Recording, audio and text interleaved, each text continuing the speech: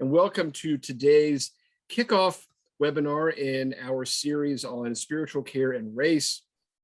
This is a project that was supported by the Fetzer Institute, which has become a great partner organization of the Chaplaincy Innovation Lab. We have 3 events in this series, and so we kick off today talking about the conversation circle aspect of this project.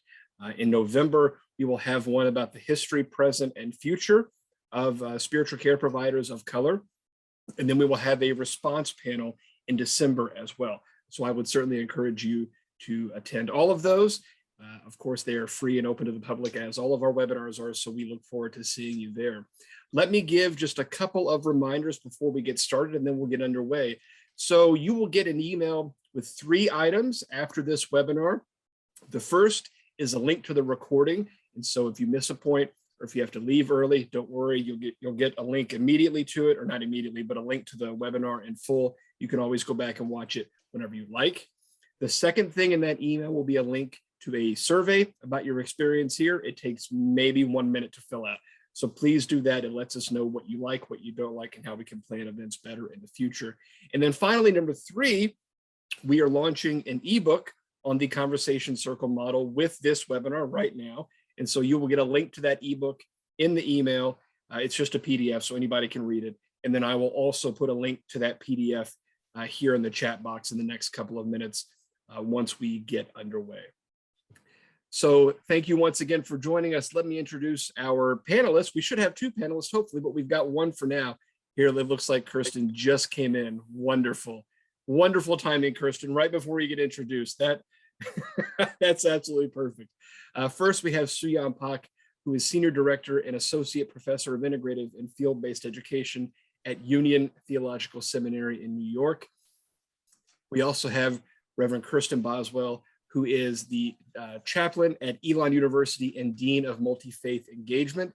And then as far as this project goes, they were both facilitators for the conversation circles. And so they are experienced outside of this project in the topic, but also they're intimately connected with the work itself. So thank you all for joining us. Sue, let me turn it over to you. Actually, I think Kirsten is going first. I'm wondering if Kirsten's having, I had the video issue yes, earlier. It says that that the host has stopped video. Right. So, yeah. You should be able to now, Kirsten. Okay. Perfect. Yay. Wonderful. Wonderful. There you are. There we go. All right, take it away. Yes. So first of all, my apologies for running late. I was leaving another meeting and then realized I did not have the link handy, but here I am. And so wonderful to be part of this conversation.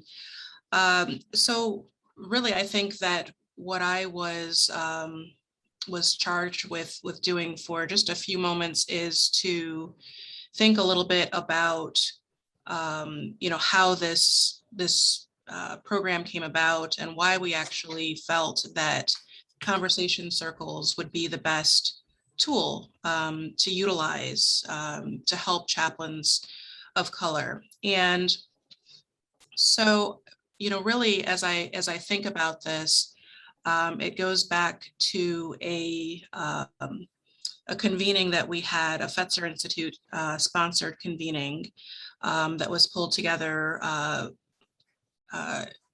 I guess it was pandemic has really skewed my my sense of time, but it was several years ago, and really what was just groundbreaking and phenomenal about that convening was that it was the first time that that I've seen a space where chaplains of all different stripes were pulled together to talk about the work and to charged to really think through how we can remove some of the silos around the different types of chaplaincy.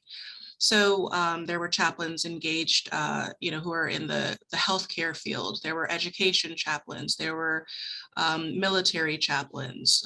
We had Parks and Recreations chaplains, and just a number of different categories and fields that chaplains were engaged in. And so the purpose of that work, as I said, was to think through, how do we pull down the silos?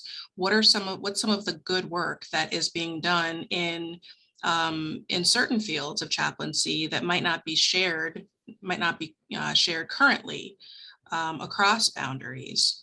And how might that look if we were to create some sort of more common tools for mentoring people who might be interested in chaplaincy as a vocation, for education of chaplains, for ongoing certification, for best practices, all of those types of things.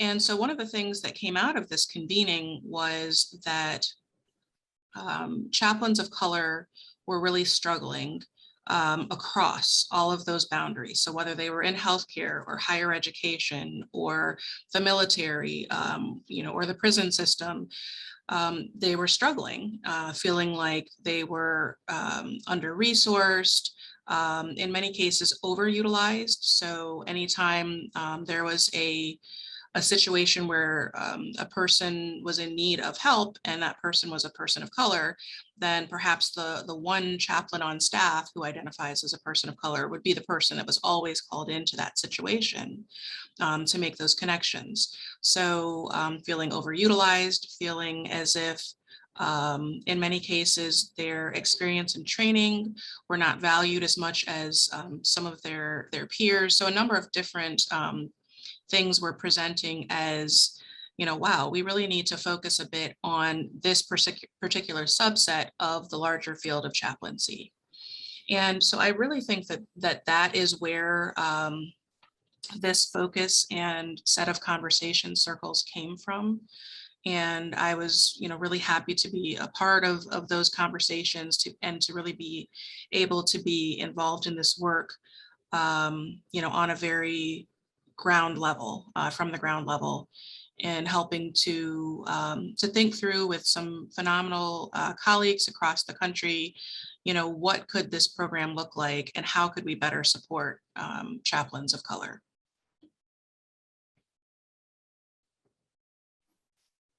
Wonderful. Thank you, Kirsten. Sue, we'll turn to you.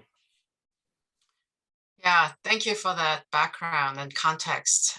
So that we started this having these the circles, the conversation circles for chaplains of color between January and June of 2021. And there were groups that were for all chaplains of color. There were specific groups for Black and African American chaplains. There were queer chaplains of color. There's Asian American and Pacific Islanders chaplains. And so each group had about 8 to 10 chaplains with 2, at times 3 facilitators, co-facilitators facilitating these groups. We've had, I think, received over 200 registration. This was sort of all sent out to all on our database. And then I think we also did a lot of other networking to bring in people who are not in our database, who would not be getting these. And that's I think challenge of this is that people who are hooked into the system already will have supports, and the people who really need are not necessarily networked into the system. So we used our own networks to send out these, to recruit people to participate in this group. So we had 135 chaplains who participated in 16 groups. So I took part in facilitating 4 of the groups. 3, I participated with John Simon. We co-facilitated the Chaplains of Color group. And then I did one with Asian American Pacific Islander Chaplains group with Alice Kabotaye. And I also been conversations with Alicia Ford, who co-facilitated the Queer Chaplains of Color group. So it's just these are some of the findings. And so I want to share briefly what we saw, what we found, what we intuited, I think what Kirsten also said in this original groups that gathered to talk about the challenges. So what is this circle method? So, we had these circles, conversation circles. We convened all the facilitators and talked about what is this going to be. And it was like, we call it a circle, but it's actually a square or rectangle because we all met on Zoom. But you could imagine if we're sitting around in a room, we'll all be sitting around in a circle. And it was a loosely structured, creative space to enable connection with each other. Each group process was shaped by the facilitators with some general agreements about what the elements might be common to all the sessions. So here are some of the elements that you might find in each of the sessions. So rituals are important to open and close the circle, whether it's meditation, music, or poetry. And the kind of check-ins, get to know each other, what's coming up for you, where are you, how do you feel? And I know in our group, we used a 3-question prompt. Who are you, where are you, and how are you? And that generated lots and lots of information and sharing. And then we had some time for what we call the real talk, to lament, to name concretely the challenges they faced, the loss and anger, all that emotions that came out, and we created a space for that, and sharing of some coping and surviving strategies. And we used prompts like, I wish blank, I've learned, I still struggle with, I celebrate, I hope, I believe, I worry about. These prompts to kind of get them to share pieces that they may not readily share with other groups. So, and it's been very, and of course we had some space for celebration, because this is not all about struggles and suffering, but also giving it enough time to celebrate the successes, however small or large they may be. So those are some of the common elements that you might find in each of the conversation circles. So I want to just spend some time talking about the themes that came up, and Kirsten already mentioned some of these themes, so it won't be a surprise. So themes, I kind of grouped them in the personal and professional arenas. This is what they were dealing with as a person, as a professional. Isolation, burnout, scars, exhaustion, invisibility, grief, lack of recognition, and anger. They also shared fear of losing their job, losing certification, or not getting the promotion. We talked about how do we cultivate resilience, and also recognizing that chaplains of color are on double duty. They're caring for others in a system and society that are hostile and violent to them. And the burden on chaplains of color to educate either peers or their colleagues or the institution. Several members of the circle were discerning where they are professionally and personally, whether they should leave their job, whether they should leave the profession altogether. And so this was a kind of a space where they could discern together where, what next steps might be. There was a lot of anger around the current situation, compounded by historical racism. Self-care. That was a key thing, recognition that self-destruction is not an option, therefore self-care is important. They had requested some resources for ongoing support for chaplains of color in terms of mental health, life and professional coaching, mentoring. So they had asked for where else can they go after these circles or outside these circles to have ongoing support for chaplains of color. How could it be better? I mean, this is the question, how could this be better? How could it be better? How do we sustain for a long haul toward equity and position and title that they deserve? And how do we chisel away at structural racism? These are some of the themes that came out that cross off all the three different kind of groups that I was either facilitating or in conversations with. Some specific themes from the Asian American and Pacific Islander circle. And I mentioned this because it's slightly different, and as because they were a group and it had a slightly different inflection or a reflection on the stresses and racism they faced. Model minority myth came up as, and how that has been both imposed and internalized as a way of survival.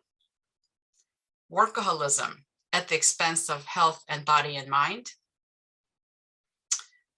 Cultural differences and cultural conflict. For example, when we talked about self-care, they want to say, wait a minute, we need to define self-care because the word self seems problematic. Is it self-centering needs, or is it the care for oneself in a way that we could, continue to be there for others? So self versus community. I think they were struggling with that concept of self. Shame and perfectionism came up. What are the culturally informed notions of assertiveness, leadership, initiative, advocating for self? So I think those things came up in this Asian American Pacific Islander group, and what it means to be a person with an accent. So these are some of the themes that came up that they were struggling with. And in terms of the workplace arena, what they were experiencing at the workplace, lack of support for people of color chaplains, negotiating the structural and interpersonal racism at workplace, both macro and microaggressions. And some talked about using challenging situation as an opportunity to educate, to reframe, and to train. Too much talk, not enough action, and burden on chaplains of color to educate the system and to educate the institution.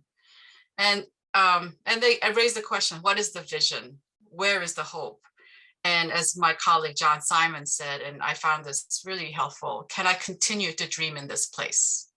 Can I continue to dream in this place that I call my workplace? So these are some of the themes that came up. So, and just, closing remarks for me, just this assessment of how did it work? Did it work well? And again, these were from the evaluation surveys and some conversations. Participants found these circles to be invaluable, and many appreciated the fact that it was a profound, powerful container for connection, reducing isolation and loneliness, and cultivating a safe space in which to explore, reflect, and build resilience. They appreciated meeting other chaplains of color, like they have not had this space where they met other chaplains of color from different sectors, right? Not just the hospitals, but hospitals and other areas that the people were serving as chaplains. They wish they could facilitate an ongoing support to strengthen chaplains of color and more opportunities to gather. They wanted more and they wanted longer. They appreciated the free flowing, transparent openness of the group and the structure. They also appreciated the rituals, the silence, the music, poetry, and other ways of being in the space. And they specifically said they knew they were not alone. There's space to talk about and speak about difficult issues without having to censor oneself. So those were what really worked well for participants. So what might need improvement? What might need to be thought through a little bit differently or better? Well, as I said before, it was too short. It's not enough time to really go deeper into the issues they really wanted to explore. They wanted a longer period of engagement. So for some, the free-flowing nature was really wonderful and opened up space. For others, they wanted a more focused, intentional discussion around strategies, tips, and survival skills. Now, this happened for some groups because the participants brought them up, but they wanted to have particular sessions assigned to discuss these survival skills strategies. And just that these groups were mixed in terms of the people who are at different stages in their career. So we had people who were just starting, we had people who are very seasoned, and it was really good to have that kind of intergenerational conversation. But there was also a desire for a group that's particular to their stage in their career, because they have particular questions and concerns they wanted to address that wasn't possible with this kind of mixed group. So those are some of the desires that they wanted to see something different. So as I just thought about, reflecting on all these evaluative comments and evaluations and conversations, I just had like three larger reflections on the circle. And they come down to three things: advocacy, self-identification, and pipeline. So advocacy, and this is a question I raise: how do these circles, or offering these circles, impact the workplace where chaplains work? In other words, the chaplains raise these themes and address, but how do they get addressed in their workplace so that they don't have to be raising them on their own in their own individual workplaces, right? Is there an advocacy element in this work? And that's a larger question for the Chaplaincy Innovation Lab or others who are doing this work. The second point is, who are the chaplains? Like, people came here because they self-identified as chaplains. And I also want to point out that many in the marginalized communities already do this work without the title of the formal role as a chaplain. But they don't get included in this conversation because they may not self-identify and call themselves as chaplains. So how do we bring them into this conversation? Because work is being done, but how do we recognize that? And then thirdly, I think about the pipeline. I think about this a lot because of my own location and my workplace in a seminary. You know, we already seen that many people feel isolated in their workplace, and they talk about being the only person or the first person of color, or, you know, etc. So this speaks to the pipeline issue. So what can we do? What can seminaries, certifying agencies, employers do to cultivate a strong pipeline of chaplains of color? So those are the three sort of larger reflections as I thought about this work, this very important work. And as a facilitator, it's been such a powerful and a space to be, you know, journeying alongside chaplains of color. So I'll just pause there for now. Thank you, Sue. Kirsten, if you could give us a little bit of a sense of what you noticed in your conversation circles, I think that would really, that'd be wonderful to sort of broaden the scope. Sure. So I worked with Chaplain Tahara Akmal, and who is in healthcare chaplaincy, and I'm in higher ed chaplaincy. And we worked together with seven conversation circle groups. And through the, I believe that the first 4 were when we were doing these sessions in, it was 2 sessions per group. And then we later switched to 4 sessions per group because of the just, you know, demand, and people were saying they really needed and wanted more time. We had a similar, very free-flowing design to our conversations. We, in the first session, would, you know, obviously open with introductions and group rules and guidelines. And then one of us would present or, you know, bring everyone together in a centering moment to, you know, to set the space for the conversation. And then we went into group introductions, and then we asked our guiding question, which was, what are you hoping to gain from this experience? And our second guiding question was, where are you at this point, and what has been helpful for you? Looking ahead, what is it that you need? And then we closed with a closing centering moment. In the second session, same outline, but we had invited them at the close of the first session to bring an item with them to share. You know, this was over Zoom, to share with the group, you know, something that really represented to them their story, or where they are at this particular point in terms of how they view themselves vocationally. And so that was a really neat exercise that I think really allowed members to open up to each other and share things that perhaps they might not even have thought to share. And then we also had the check-in questions, you know, where are you today? What has been helpful over the past 2 weeks since we last met? And looking ahead, how do you plan to care for yourself? In our third session, our leading questions or thoughts were: identify a professional moment that you were proud of, identify a moment that has made you question your identity as a chaplain, and identify a moment that embodies your idea of what a chaplaincy should be at its best. And then in our fourth session, we were guided by the idea of what does it mean for us to hold ourselves, others, and our institutions accountable. And we talked about self-care and the way forward, moving forward. So those are the ideas that we came equipped with, the thoughts that we came equipped with for the conversations.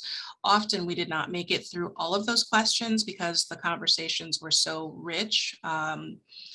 And you know, I would say that just in terms of a couple of logistical things, we definitely felt that the conversation circles had an optimum number of around 7 or 8 participants.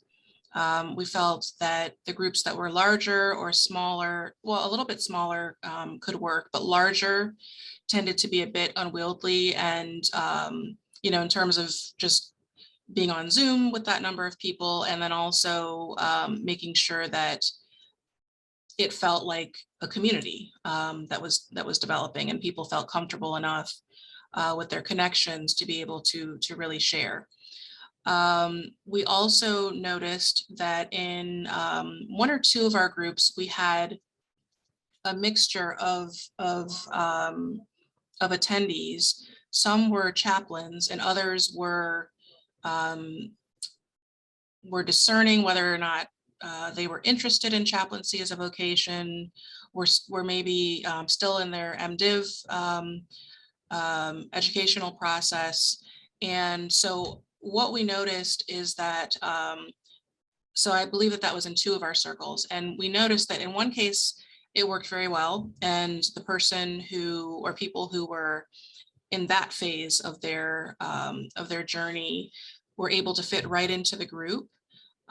We noticed in another situation that it was a bit more difficult for that person to be able to fit into the group, and actually we had to work harder to make sure that there was cohesiveness amongst all of the members because of just the different phases of you know, of their journey that they were in. So that's another thing, just a logistical issue that we noticed. Our groups were they were predominantly female identifying participants, but we still had a very healthy representation of male identifying participants as well. One other key detail is that the groups that Chaplain Tahara and I facilitated were all circles that were of people who identified as African American or Black.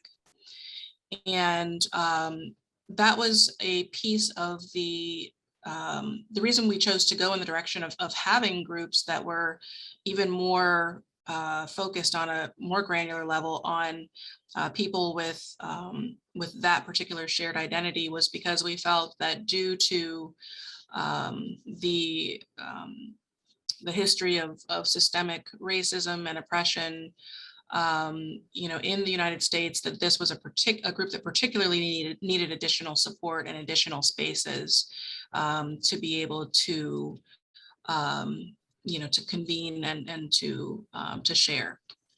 And so we noticed across the board many of the same things that Sue just presented, that you know, people were feeling overwhelmed, they were feeling isolated, you know, just, I'm not going to repeat all of the different things because they've already been said.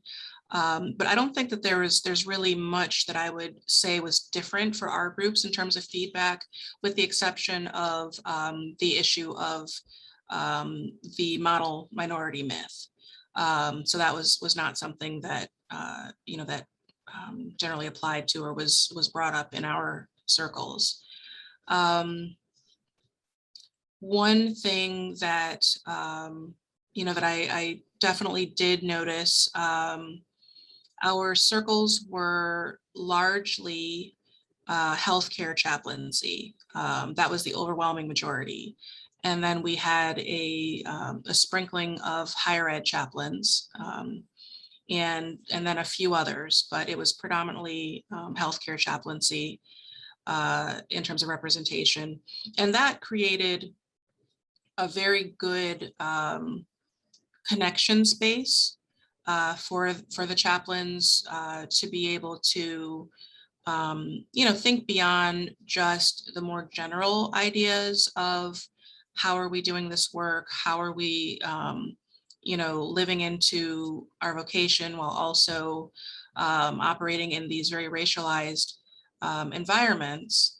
But it also allowed it to be very specific to, in this industry, how are we doing those things? It actually worked well that in the groups in which we had higher ed chaplains, there were multiple higher ed chaplains in one group for the most part. And so therefore, we were able to have robust dialogue that was specifically applicable to them as well. So it was a neat mixture of conversation that was more general and then also more specific to the vocation of higher ed or healthcare chaplaincy. And I felt as if, the biggest feedback that we received in terms of, how could we do this better if we were to do this again, which I truly hope we will, was to have more time and more sessions, as Sue has already said. It was very, I think that intellectually, I could have assumed some of this, but I think actually being face to face, on the screen with all of these chaplains, many of whom were saying, I am in this environment, both my work environment and then maybe even where I live, where I am the only person of color that I see anywhere. I have no connections. I have no, support. I'm encountering A, B, C, D, E situations. Thank you so much for having this group and for having this space. People shedding tears and really just connecting and wanting to maintain those connections. I think it was so incredibly eye-opening and gratifying to be able to be a part of that process. In every single group, we were asked, how can we remain connected after this? And while we all, the email addresses were exchanged for everyone in the group, it, it's just not the same as having that face-to-face check-in. And so if there were anything that I would add to all of this in the future, or future types of projects along these lines, it would definitely be more sessions, more time perhaps in each session, or more time in each session. And, it would be finding a good way to maintain that contact afterwards. So whether it's through regular check-ins or, some other sort of format. One of the things that we ran into in thinking through next steps was if we were to, continue with some sort of a, monthly space where the chaplains could come back together, for example, we would have to keep all of those initial groups as they were and all of those with the same facilitators, which then becomes difficult just from a logistical and time and all of that kind of thing perspective, because those groups had already become a unit. And so, so you couldn't necessarily just have a big open space where, all of the chaplains who were perhaps engaged in these circles could all come together, in a drop-in basis on a monthly basis, because that would be the easiest way of continuing this type of space. But the problem is that the groups really came together as units. And so you would need to find a way to continue those conversation circles in the way that they were, in the configuration that they were initially set up in. So logistical issues, certainly, as we think about this work moving forward.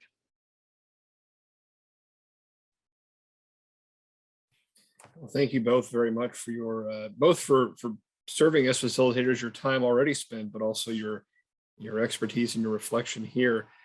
I just want to make a couple of comments to follow up on that, and then we'll go straight to Q&A. And so you can use the Q&A function down below, and then we'll get to your questions that way. So I wanted to note that the entire reason that we've talked so far about how these conversation circles literally worked, you know, for that stretch of time that you had, and then also why we're distributing the ebook, which I'll put in the chat here in a second, is that this is intended to be a learning experience so that we can learn how to do this better in the future, and so that other folks can copy this method and improve on it and modify it however you want. You know, this is certainly not something that you need to ask permission from anybody to do. You can start a conversation circle today, wherever you are. You can, and we would encourage that. So we offer up all of this from the experience of our facilitators and others to just say, here's what did work, here's what didn't work, and what could have done a little better. And we would certainly encourage folks to go out and do it yourselves now. I wanted to comment on, Sue, you said something about the pipeline and strengthening the pipeline. I think this is such an interesting component of this, because if we think of all the stages that a chaplain might go through, if we think of the really formal stages, so education, CPE, maybe they do board certification and so on and so forth, we know that there are chaplains of color at all stages of this pipeline. We also know that the pipeline leaks from one stage to the next. And when the lab has done some research, others have done other research. When you look at those stages, you can see here's one component, and here's the next, and there's this big drop off in between. And so strengthening the pipeline, that's not just a nice image, that's really necessary. It's absolutely necessary, because there are people who start this work, they're really good at this work, but for whatever reason, they fall out of the pipeline. And really everybody loses as part of that. So let's get to Q&A. There are a couple of questions that have come up. I think Sue might have answered one of them, but I'm going to ask you again so everyone can benefit from the answer. Just to repeat, the duration of the circles and then the frequency of the circles for this particular session. The first, we had 2 sets of circles, and the first go around we had 2 sessions for 90 minutes each. And then the second go around, getting feedback from the first time saying 2 sessions were too few, we had 4 sessions for 90 minutes each. And then we got feedback saying that was also too few sessions. So hopefully next go around, we'll see. Yeah, but this is actually a really important part to think about. If you're thinking about doing this, it is a significant investment of time and resources on the part of the facilitators, the organization that might be hosting it. It's simple in theory, right? You set up a place, whether it's physical or on Zoom, and you just have a conversation circle with a good facilitator. But it really takes, you know, to do it right, to do it well, to do it in a way that folks can really benefit from it. It really takes a lot of work. Brad, your question, how can we become a part of one of the groups? That's a great question. So this sort of season has ended for right now. We would love to do it again in the future, but that is a great invitation for you to go and start conversation circles wherever you are. And you don't have to join a group, you can start your own. This is a really great question from Elamon. How are the resource allocations among chaplains of color as compared to others? Sue, I think you mentioned this early on of chaplains feeling under-resourced. What were some specific examples of what that looked like? Well, I think in different ways. I think first of all, not being recognized in the work and the expertise they bring, and I think Kristen also mentioned that. I don't know specifically about how the institution's resources are allocated, because I don't really have that information from the participants. I could only guess. So I don't know. I can't really speak intelligently about that. I don't know, Kristen, do you want to add in here? So I don't have a lot of information about that either. You know, and of course the information that we did gather is anecdotal. But you know, chaplains would mention things like you know, being under-resourced unless, you know, and not being, their requests for additional resources not being respected or honored. But then if a person who was not a chaplain of color, and, you know, a chaplain in a similar role would request similar resources, then perhaps that request would be granted. So, so really differentiating between chaplains of color and chaplains who did not identify that way in terms of honoring requests for resources. That was definitely a theme that we heard multiple times. I think that would probably be the biggest conversation about resources, you know, other than, you know, so when you think about the denominations or the religious organizations that that folks are coming from as they're moving through this work, I think that some of the denominations or organizations that were predominantly,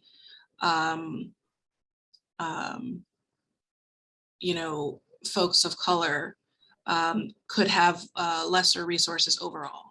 So those particular denominations, for example, so, you know, might not have as many resources to help to, you know, support people as they're getting the training that they need to get, or, you know, engaging in the various credentialing processes. So those are the types of things that we were hearing.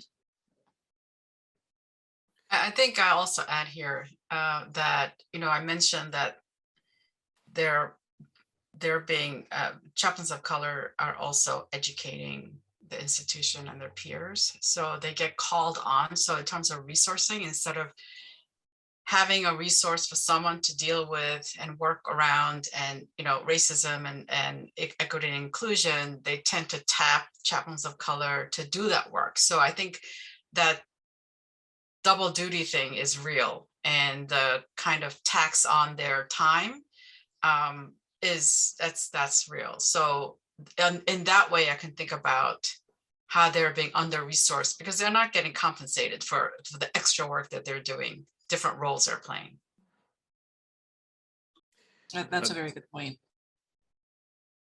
There's a really good question here, and I want to offer one point, and then I'm sure both of you will have heard a little bit about this in the conversation circles. It's an anonymous question that says, is there any data you're aware of that reflects a pay gap in chaplains of color, especially for women of color? So my one comment is that we're conducting a survey right now that includes this component. And so we'll have some data on that here in the next couple of weeks, but let me turn it to Sue and Kirsten for things they may have heard in the circles. So I think it's hard to gather that type of information because in a space like this, people are not so often sharing their salary information. So I don't have any data on that.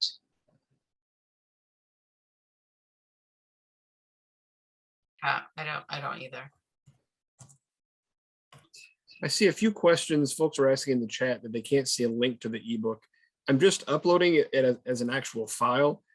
So hopefully that is coming through for everybody. And if not, you can also just send a response email to the Zoom invitation, and then I'll send you the PDF that way as well.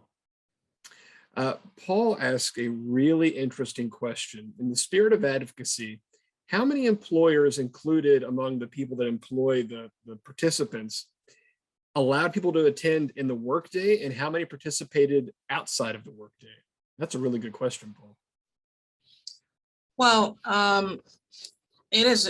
So with healthcare well, really with any chaplains, I mean, you know, people are all on different types of shifts within their organizations.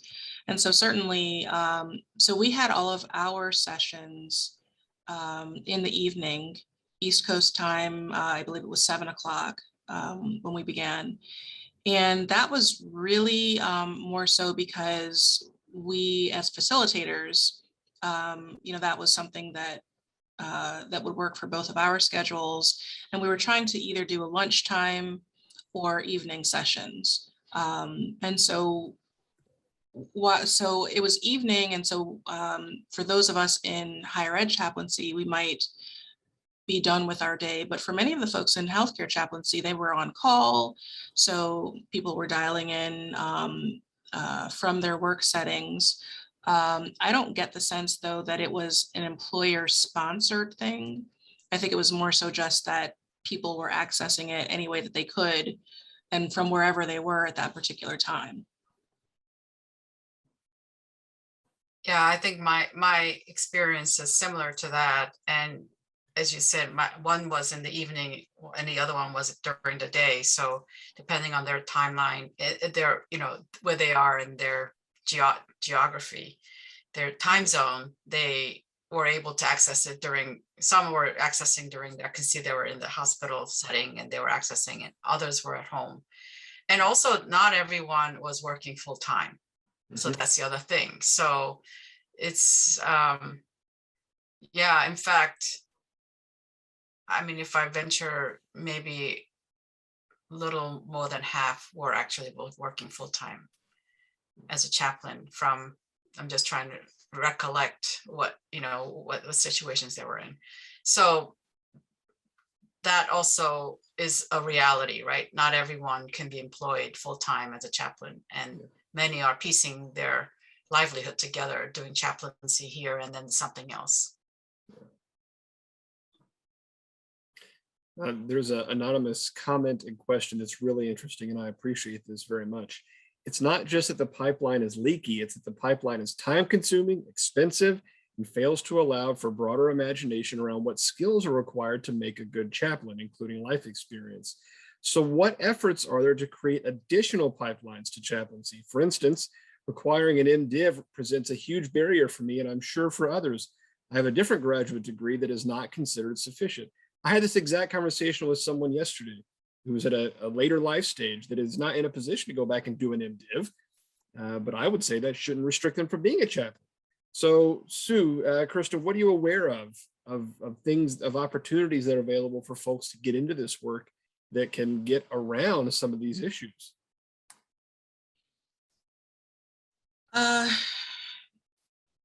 So what I am aware of is just that there is growing conversation that I'm hearing from educational institutions and other organizations that are thinking about this very issue and thinking about how do we broaden the field to include life experiences of different sorts as some of the qualifications, for example, that one might need to do this work. But I think that that has to be balanced with understanding that just with any type of professional work, there is training that is required.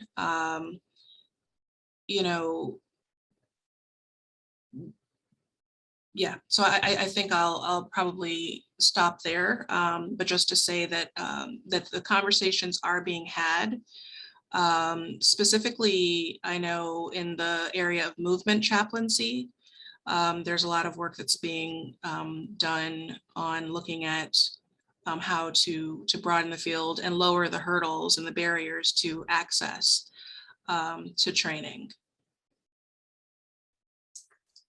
And I add to that, and I think it's also taking into the life and experience equivalency is also part of that too. So it's not just the 72 hours of graduate work.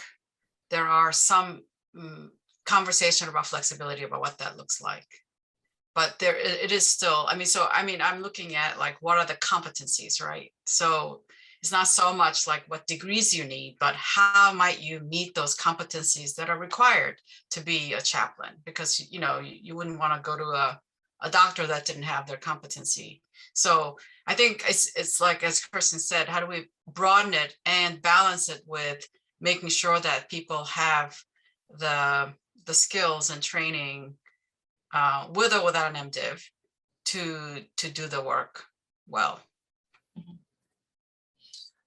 And I'm seeing Asha commented on some of the ways in which this is happening. And one of the things that she mentioned is that CPE can now be done in a congregational setting as well. And I actually can attest to that because I did my CPE in that way. My children were very young at the time, and I was concerned about being on call overnights. And so was able to design it so that I did it in a congregational setting.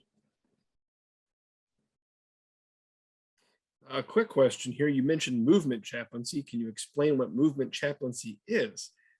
So in general, I think we can understand this as chaplains that are supporting social movements, and that can take a lot of forms.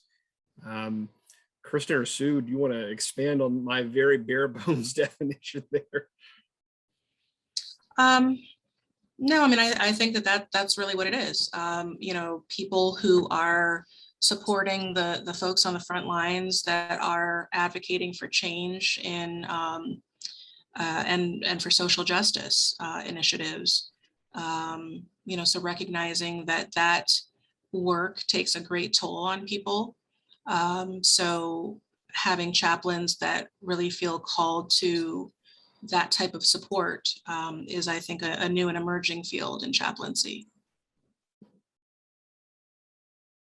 There are a couple of questions that sort of fall into the general category of, is there an online listing anywhere for resources or organizations for chaplains of color? That's a really great question.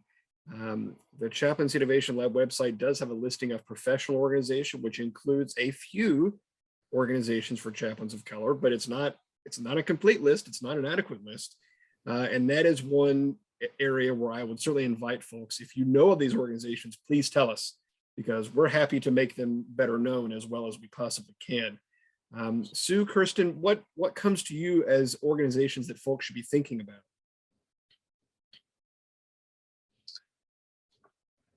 I mean, Sorry, go ahead. No, I was thinking more in terms of the support. So not so much in terms of professional organizations for chaplains of color, but I think what I'm thinking about is, what are those spaces and organizations that would support chaplains of color for them to be able to do their work? So like, I'm thinking like this kind of conversation circle is one place, but nonprofits that support mental health for, you know, service providers. I also think like the Track 2 movement, that they really, they have courses, they offer courses to help people who are doing the movement chaplain toward healing and the community connections. So I think there are different organizations that are intentional about supporting towards wholeness and healing for people of color and people who are in front lines. But I mean, I don't have a whole list of them, but there was a link on the webpage that had the conversation circle. There is a link to some, I think we began to put those resources in. Yeah, if you go to chaplaincyinnovation.org, you can just search in the search box there for chaplains of color, and you'll get anything that we have posted related to this. Asia Antoine, our wonderful research associate and PhD student at Berkeley, compiled just an amazing list. Really great work there. So please do go check that out. Brad has a really interesting question, and I suspect that you may have heard a little bit of this in some of your circles. My facility has started a diversity team with several groups based on ethnicity. How do you suggest we move them from talk to action? That's a really great question, Brad. So for employers or facilities that are aware of these issues, but maybe haven't done much besides acknowledge it. I mean, you know, I would say follow the money. I mean, someone raised the question about resource. You know, I would start with, are you going to put us, I mean, okay, you want an action item? Where is the resource? Again, I don't mean like people who's going to do double duty. I think we need to think about really committing the financial and other resources for the work. I mean, that's where I would begin. The other thing I would think about is, who are their community connections and how might they collaborate with the community to support the work they're doing, right? So, I mean, there are many, many, many different ways I think they could do it, but I just like, I want to say, show me the money, show me the resources. And I would add to that, that if you can look at the organization's mission statement, what their identified goals are that are published and public, and who their, like Sue said, who their partners are, and try to find a way to make, whatever initiatives that these groups are hoping to support, make them directly identifiable with the greater mission and goals of the organization. Align those very clearly for people so that they can see that, okay, well, this makes sense based on what we have already stated as our operational goals.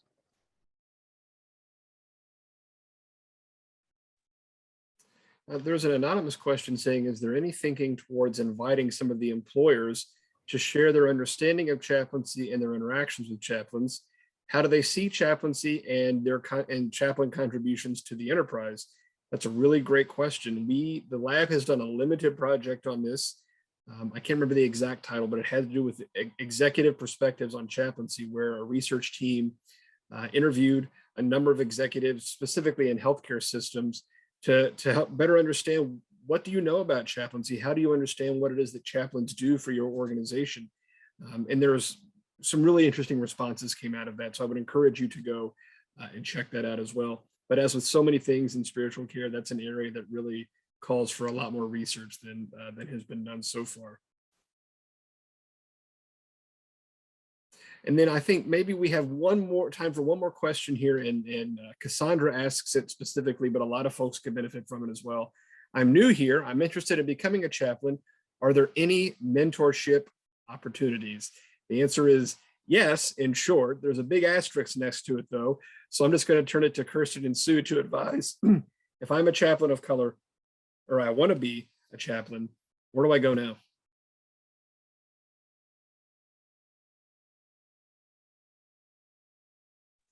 Well, isn't there a mentorship opportunity with this Chaplaincy Innovation Lab where they connect people? So I mean, I want to start there, right?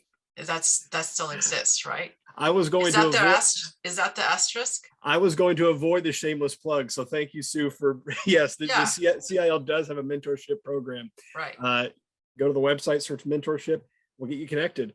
We'll take sort of all of your information, however much information you want to provide, into effect or into account, and we send that out to our network of mentors, and then folks that could be a good match. You connect and you go from there. It's really a really open-ended way of connecting.